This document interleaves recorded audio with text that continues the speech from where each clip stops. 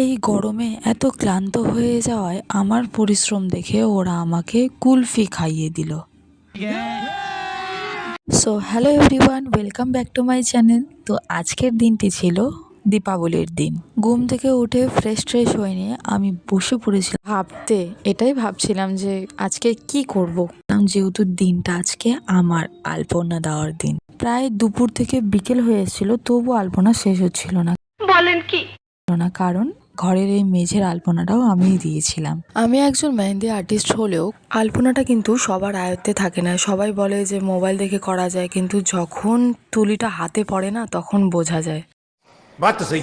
তারপরে সন্ধ্যা হতে না হতে বাড়ির সকলে মিলে সব জায়গায় প্রদীপ দেওয়া শুরু হয়ে যায়। চারিদিকটা প্রদীপের আলোয় আলো ভরে ওঠে। আর আমি আলপনার দিকটা দিয়ে যদি বলি, যেহেতু আমার আলপনা সম্পর্কে কোনো ধারণা নেই, সবাই বলে যে নিজের মাথায় যেটা আসবে বানিয়ে দাও, কিন্তু সেরকমটা আসলে করা যায় না। অনেক কয়টা ডিজাইন দেখার পর নিজে কিছুটা ভেবে ইউনিক টাইপের, মানে সবাই তো কপি করে, কিন্তু নিজের থেকে ডিজাইন বানানোটা অনেক একটু টাফ। কিছুটা ইউনিক করার চেষ্টা করেছি। আমাদের দীপাবলির দিনটা এভাবেই কেটে গেল। তারপরে দিদি আইসক্রিম নিয়ে এলো। এই হলো আমার আলপনার ফাইনাল লুক। আর এটা দেখার পর আমার মনের অবস্থা। তারপরে বাড়ির পুজোর প্রসাদ খেয়ে নিই। তো চলো গাইস, টাটা।